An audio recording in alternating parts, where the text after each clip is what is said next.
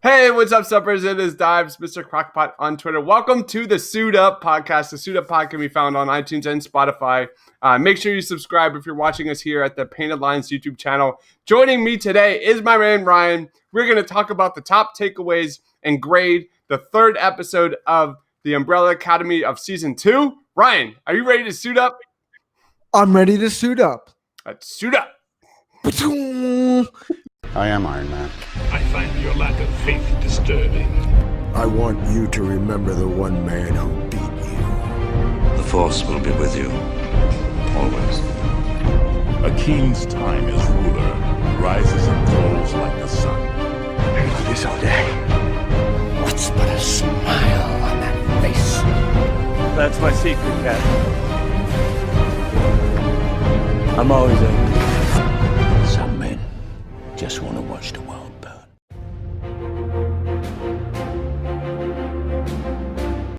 All right, guys, we are back. Joining me today is my man Ryan. Make sure you check him out on Twitter at JustRyan again. He is part of Movies Matrix. He is part of Geekly Goods. Make sure you check out his YouTube channel, The Geek Fix. How you doing, Ryan?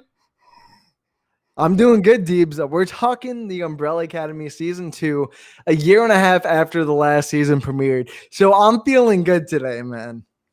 Oh, man. So we are talking about the third episode of Season 2.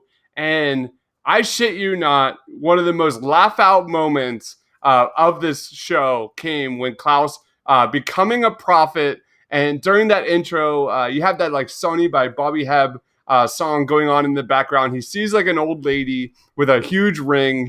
And then he just, you see Ben lifting him up and like twirling him around in this room and everyone loving him. And it's basically, he loves it. And then by the last like 2 minutes later, he hates it. And it was just so funny. It was one of the best laugh out loud moments of the series. Any takes on that, dude?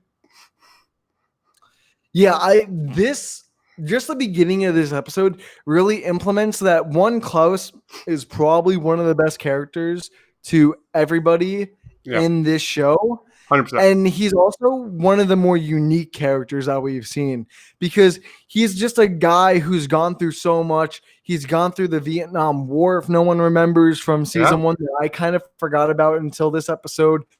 And he lost the man he loved in that war, and he's given up on life when we saw him in the first season, and just being here is just fantastic for him.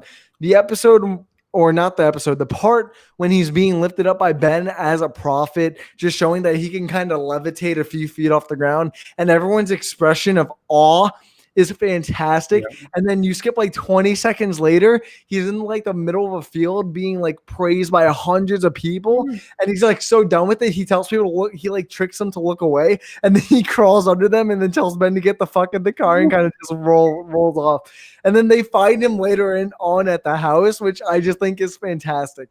But he definitely brings so much life and just nuance to the show. Yes. That it's just fantastic to me. I'm just going to piggyback off that because that's my second takeaway from this episode was just how dominant of a character Klaus is in this series.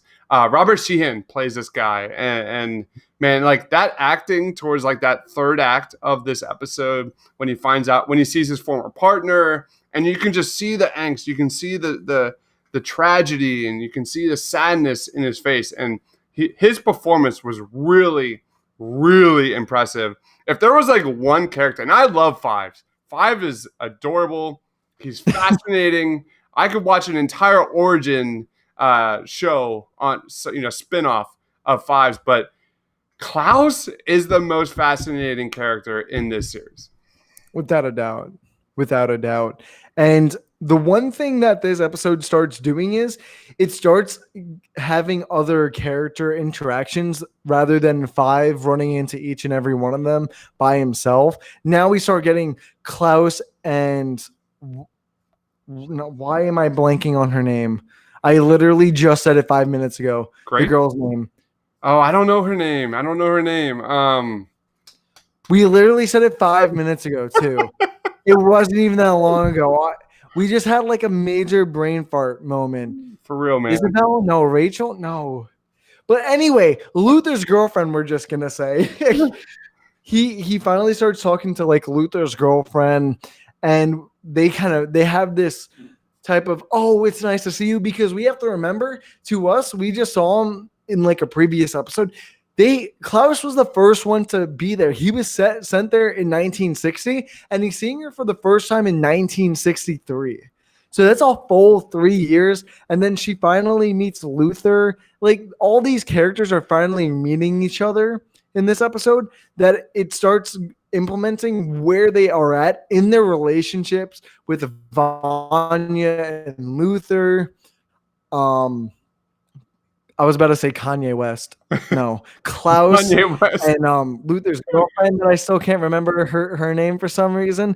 So now we get more of the family interactions rather than 5 bouncing around in between each person and telling them that the world is ending again. Congrats, we brought it with us. So, Yeah, we finally see something from Vanya. We kind of dogged her in our first 2 episode reviews. Yeah. So we see Vanya get the first taste of the Swedes. We see her unleash her powers while being chased in a cornfield, and she's eventually found by 5. But that moment where she kind of unleashes her powers was pretty interesting. And then she's basically taken in by 5. She's found by 5 in that cornfield. I think, personally, the main take of this episode was Allison. Allison absolutely crushed this freaking episode. Watching her not only take that next step as a leader in this episode with her group and her husband and everything like that, but that was just an incredible moment, and almost tragedy, almost like borderline tragedy, because the last act we see her, being involved in a sit-in. And then we see Raymond, side story. Raymond has come across Klaus. He's come across Luther. And he's seeing, all these kind of secrets that he did not know about with Allison. And Raymond joins and sits right next to Allison. And what does Allison do? She tries to grab his hand. And he's like, no, man, I don't want to be part of you. Nah, man, like who are you? And from there, and then watching Raymond, who's I've raved about his character from the first 2 episodes, get beat, brutal to watch. And then you see him get dragged, and then you see eventually, I think there was a line where Allison refused to use her powers, and then she eventually uses it while watching this racist cop beat Raymond. And she does, and Raymond's free, and what happens? Raymond walks away, is terrified. So it was just a really, really emotional moment in that last act of this episode. And it was a great episode. It dealt with some real issues, and this was probably my favorite episode of the season so far. What about you? Yeah, I completely agree. That's the one thing I'll give the most about this season so far is Allison was a mixed bag for me in season 1. I didn't dislike her, but I felt like they didn't really give her much other than she's kind of Luther's love interest in the first season. But now, since they're in the 60s, you have all the white and black stuff going on in our country. It really gives her a chance to shine. And it really just digs in on who Allison as a person is.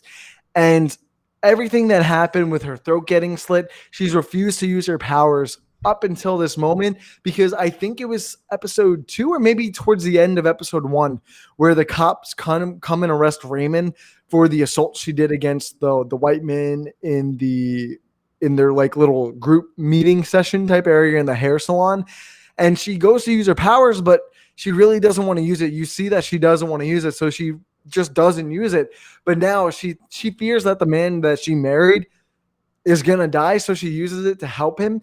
And just like I think we could have predicted, someone who doesn't understand who she is or what's gone on in her past, he's afraid of her.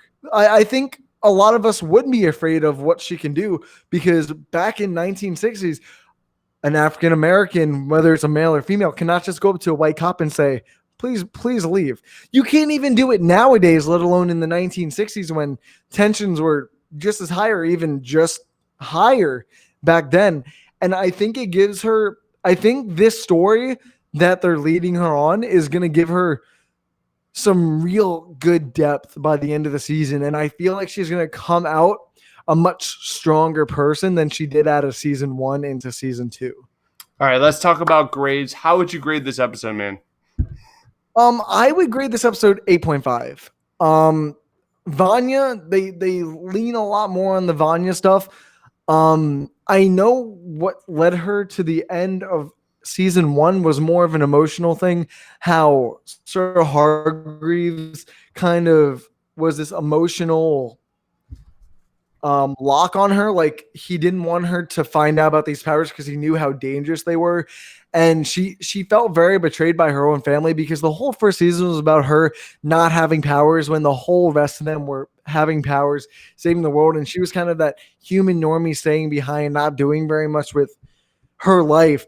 And I feel like this season, they're kind of just throwing that in the dirt a little bit with now she's just rediscovering her powers again, but little by little. And now she's just seeming like she can really handle her powers because if I get it, her powers are based off her emotions. And I would say being chased by 3 blonde Swedish men that you've never met with guns that can't even be within the timeline you're in would probably just be as neurotic and heart racing as finding out that you have superpowers for the first time. So they're not doing the best job at reaffirming her powers for me specifically. Now, I'm a human. I might not see it for what it is because that's why we have a lot of Twitter stains to help us see things that not all of us can see. So I really hope they nail down on episode 5 and on what really just triggers her powers and how she can control them and how they really work. Because at the end of season 1, they made it seem like that, one, it's her emotions that power it, but she channels it through her violin. But now she doesn't have her violin and she forgot everything. So where do you leave it now? So that's how I see it. Yeah, I fully agree. And, Vanya is, kind of that missing puzzle piece of this entire show. Like, this is like the Guardians of the Galaxy of Netflix. Like, there are so many strong characters in this show, from Klaus to Allison. And all I want to watch is more Allison. All I want to watch is more Klaus. I want to watch 5. I want to watch him visit everyone, see, hang out with Hazel, the Oracle, and that would be tons of fun. But we've kind of talked about that before. But Vanya is kind of the missing link of this show. We'll see what happens. That is Ryan. Check him out on Twitter at JustRyan again. He is Bat Nipples. I fucking love saying that, man. Everyone loves that name. I didn't think I was going to get such a critical rating from that name. It's great. I'm never changing it. All right. Check him out at Movies Matrix on Twitter, at Geekly Goods on Twitter. That is at Movies Matrix, at Geekly Goods. And check out his YouTube channel, The Geek Fix. Yes! For Ryan. Yes. Thanks for watching, guys. Take care. Thanks, guys. Peace. I am Iron Man. I find your lack of faith disturbing. I want you to remember the one man who beat you. The Force will be with you. Always. A king's time as ruler rises and falls like the sun. I do this all day. What's but a smile on that face? That's my secret, Captain. I'm always angry. Some men just want to watch the world